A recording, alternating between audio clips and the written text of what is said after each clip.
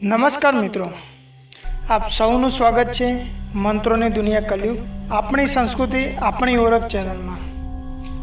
આપણે ઘણી વખત 84 ખાતું 64 યોગીની અને 9 શક્તિઓ વિશે આપણે સાંભળ્યું છે મિત્રો, પરંતુ બહુ ઓછા લોકો એવું જાણતા હોય છે કે આ સમગ્ર શક્તિ મંડળનું રક્ષણ કરનારી 11 રક્ષા શક્તિ પણ હોય છે।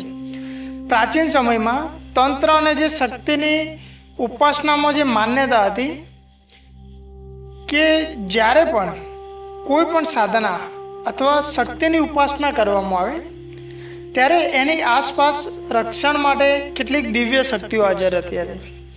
અને તમને એ પણ ખ્યાલ હશે કે અમુક મંત્રો અમુક સાધના એવી હોય છે કે જેની આપણે સાધના કરીએ ત્યારે રક્ષા શક્તિની જરૂર પડતી હોય છે મિત્રો। તો આ શક્તિઓ જે છે એને આપણે રક્ષણ શક્તિ કહેતા હોઈએ છીએ। તો મિત્રો ચાલો આપણે જાણીએ કે આ 11 રક્ષક શક્તિ કોણ છે અને તેમનું શું મહત્વ છે એના વિશેની આપણે વાત કરીએ મિત્રો।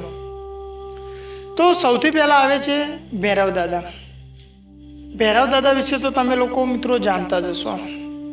ભૈરવ દાદા એ શક્તિના મુખ્ય રક્ષક માનવામાં આવતા હોય છે અને ઘણા તંત્ર અને શક્તિ મંદિરોના જે ભૈરવજી છે એ મંદિરના દ્વાર પર જ વિરાજમાન હોય છે। એટલે કે તમને એ બી ખ્યાલ હશે કે આપણા જે 51 શક્તિપીઠ છે એ દરેક શક્તિપીઠનું રક્ષણ એક વીર કરતા હોય છે, ભૈરવજી મહારાજ સાક્ષાત કરતા હોય છે અને એના અલગ અલગ રૂપથી એ ઓળખાતા પણ હોય છે। અને બીજું એવું માનવામાં આવતું હોય છે કે ભૈરવજીની આજ્ઞા વગર કોઈ પણ શક્તિ ઉપાસના પૂર્ણ થતી નથી। હા મિત્રો, આ વસ્તુ સાચી છે। ઘણીવાર આપણે કોઈ મંત્ર જાપ કરતા હોય, કોઈ દેવી શક્તિને જાગૃત કરતા હોય તો એમાં ભૈરવજીની પૂજા સૌથી પહેલાં કરવાની હોય છે મિત્રો। એમની રજા વિના એ અધૂરી માનવામાં આવતી હોય છે। આ પણ મિત્રો સાચી વાત છે। બીજું મિત્રો છે વીર દાદા। તો જે વીર દાદા છે એ હિંમત અને પરાક્રમના પ્રતીક માનવામાં આવતા હોય છે અને દરેક મિત્રો એવું માનતા હોય છે કે વીર દાદાની દયાથી આપણો ભય અને સંકટ દૂર થતો હોય છે મિત્રો।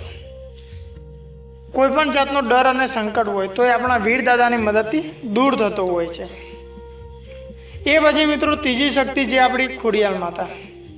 ખોડિયાર માતાની જ્યારે વાત કરીએ તો સૌ કોઈ એનાથી પરિચિત હશો અને ખોડિયાર માતાને આપણા ગુજરાતમાં ખૂબ જ માન આપીને એને માનવામાં આવતી હોય છે મિત્રો।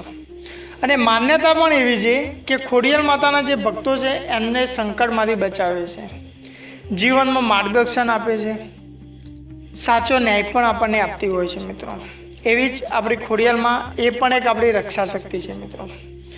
ચોથી વાત કરીએ તો મેલડીમાં। કલયુગના સમયમાં માં મેલડીને સૌ કોઈ મિત્રો આપણે જાણીએ છીએ કે જે દુષ્શક્તિઓથી આપણું રક્ષણ કરે છે। અને અત્યારના સમયની વાત કરું તો ઘણા ગામડાઓમાં માં મેલડીમાંનું વિશેષ સ્થાન આપવામાં આવતું હોય છે। ઘણા લોકોની માં મેલડી એમની કુલદેવી પણ હોય છે અને અત્યારે કલયુગની અંદર જે પડચા પૂરી રહી છે સૌ કોઈ મિત્રો જાણો છો એનું નામ, અને તમે એના ઉપર જે વિશ્વાસ રાખો છો એ પ્રમાણે તમારું કાર્ય પણ થાય છે મિત્રો। તો માં મેલડી પણ આપણી રક્ષા કરતી હોય છે, એ પણ રક્ષા શક્તિ આપણી હોય છે મિત્રો। પાંચમી વાત કરીએ તો ચામુંડામાં। તો મિત્રો ચામુંડામાંનું એક વાત એવી પણ છે કે માં ચામુંડા રહી એ મહાકાળીનું એક ભયંકર સ્વરૂપ માનવામાં આવતું હોય છે। આ ઘણી જગ્યાનો ઉલ્લેખ જોવા મળતો હોય છે મિત્રો। અને માં ચામુંડાની ઉપાસના કરવાથી આપણી નકારાત્મક જે શક્તિઓ હોય છે એનો નાશ થતો હોય છે અને ભક્તોને શક્તિ મળતી હોય છે મિત્રો। માં ચામુંડાની સૌ કોઈ મિત્રો જાણતા હશો, ઘણા બધાઓની કુલદેવી માં ચામુંડા છે। એ છતાં ઘણા લોકો એમને પૂજતા પણ હોય છે અને સૌનું કાર્ય કરતા હોય છે। માં રક્ષણ પણ એવું કરતી હોય છે મિત્રો। એ પછી આપણે વાત કરીએ છઠ્ઠી શક્તિ તો હિંગલાજમાં। હિંગલાજમાં વિશે પણ તમે જાણતા હશો મિત્રો। હિંગલાજ માતાનું સ્થાન એ પ્રાચીન શક્તિપીઠોમાં પણ આવતું હોય છે અને તંત્ર અને શક્તિના સાધનામાં એ ખૂબ જ મહત્વનું હોય છે મિત્રો। અને અત્યારે સૌ કોઈ જાણે છે કે પાકિસ્તાનમાં એમનું પ્રાચીન મંદિર ત્યાં આવેલું છે મિત્રો। અને માં હિંગલાજ સૌનું કાર્ય પણ કરતી હોય છે અને એક શક્તિપીઠ પણ છે મિત્રો.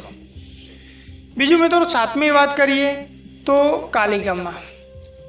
કારકા માતા, જેને આપણે કાલિકા માતા પણ કહીએ છીએ, એ દુષ્ટ શક્તિઓને નાશ કરનારી દેવી છે મિત્રો. તે સમય અને શક્તિનું સ્વરૂપ માનવામાં આવતું હોય છે મિત્રો. બીજી મિત્રો હડકાઈ માની વાત કરીએ તો હડકાઈ માતાની વિશેષ માન્યતા એવી છે કે એમની કૃપાથી આપણને જે રોગ થયા હોય, જે ભય હોય, એ દૂર થતો હોય છે અને જીવનમાં શાંતિ મળતી હોય છે મિત્રો. દરેક ગામમાં, ગામ પાદરમાં તમને આ દેવીનું સ્થાન જોવા મળતું હશે, જે તમારી રોગોથી રક્ષણ કરતી હોય છે મિત્રો. 9મી વાત કરીએ મોમાઈમાં. મોમાઈ માતા એ કરુણા અને આશીર્વાદની દેવી માનવામાં આવતી હોય છે અને એની ઉપાસના કરવાથી ભક્તોને સુખ અને સમૃદ્ધિ મળતી હોય છે મિત્રો. બીજી મિત્રો મોમાઈમાની વાત કરીએ તો ઘણા બધા લોકો એને એક અવતાર એટલે કે દશામાના રૂપે પણ માનતા હોય છે અને ઘણી આપણી બહેનો, સ્ત્રીઓ, આપણી મા, એ ઘણા બધા લોકો આ દેવીની પૂજા પણ કરતા હોય છે, એમના વ્રત પણ કરતા હોય છે. 10મી છે મિત્રો નાગ દેવતા. નાગ દેવતા એ ધરતી અને પ્રકૃતિના રક્ષણ માનવામાં આવતા હોય છે. એમની શક્તિ મંડળની સુરક્ષા કરતા હોય છે અને એવી માન્યતા છે મિત્રો કે ધરતીનો નાથ તરીકે પણ આપણે ઓળખીએ છીએ. નાગ દેવતા વિશે સૌ કોઈ જાણતા હશો. ગુજરાતમાં અલગ અલગ સ્થાને એમની પૂજા થતી હોય છે અને સૌ કોઈના કાર્ય કરતા હોય છે મિત્રો. તમને વાત કરું તો શેભરમાં જે ગોગ મહારાજ વિરાજમાન છે, ત્યાં પણ લોકો બહુ બધા જતા હોય છે અને દરેકનું કાર્ય પણ કરતા હોય છે. અને છેલ્લે આપણે વાત કરીએ મિત્રો હનુમાનજી. હનુમાનજી સૌ કોઈ મિત્રો તમે જાણતા હશો, એમને માનતા પણ હશો અને હનુમાનજીની શક્તિ, ભક્તિ અને રક્ષણના પ્રતીક માનવામાં આવતા હોય છે. એવું કહેવામાં આવે છે મિત્રો કે કલયુગમાં પણ સાક્ષાત હનુમાનજી વિરાજમાન છે મિત્રો. એમનું નામ લો તો તમારું સંકટ, તમારો ભય દૂર થતો હોય છે અને એમના આશીર્વાદથી સૌ કોઈ સારા કાર્ય થતા હોય છે. હનુમાનજી વિશે દરેક લોકો આપણે માનીએ છીએ મિત્રો અને એ આપણું રક્ષણ પણ કરતા હોય છે. તો મિત્રો આ રીતે આપણે 84 ખાતા અને 64 યોગીની સાથે જોડાયેલી જે 11 રખ્યા શક્તિ છે, આ સમગ્ર શક્તિઓનું મંડળ એ રક્ષણ કરતી હોય છે મિત્રો અને એવી આપણી પ્રાચીન માન્યતા છે મિત્રો. તો આ શક્તિઓનું સ્મરણ અને ભક્તિ માનવ જીવનમાં હિંમત, રક્ષણ અને આધ્યાત્મિક શક્તિ આપતી હોય છે મિત્રો અને આપણે એમની પૂજા પણ કરતા હોઈએ છીએ મિત્રો. જો તમને આ માહિતી પસંદ આવી હોય તો વિડીયોને લાઈક કરો, શેર કરો અને ચેનલને સબસ્ક્રાઈબ જરૂર કરજો. મળીએ મિત્રો ફરી નવી આધ્યાત્મિક માહિતી સાથે. ત્યાં સુધી રજા લઈશ. જય માતાજી. હર હર મહાદેવ.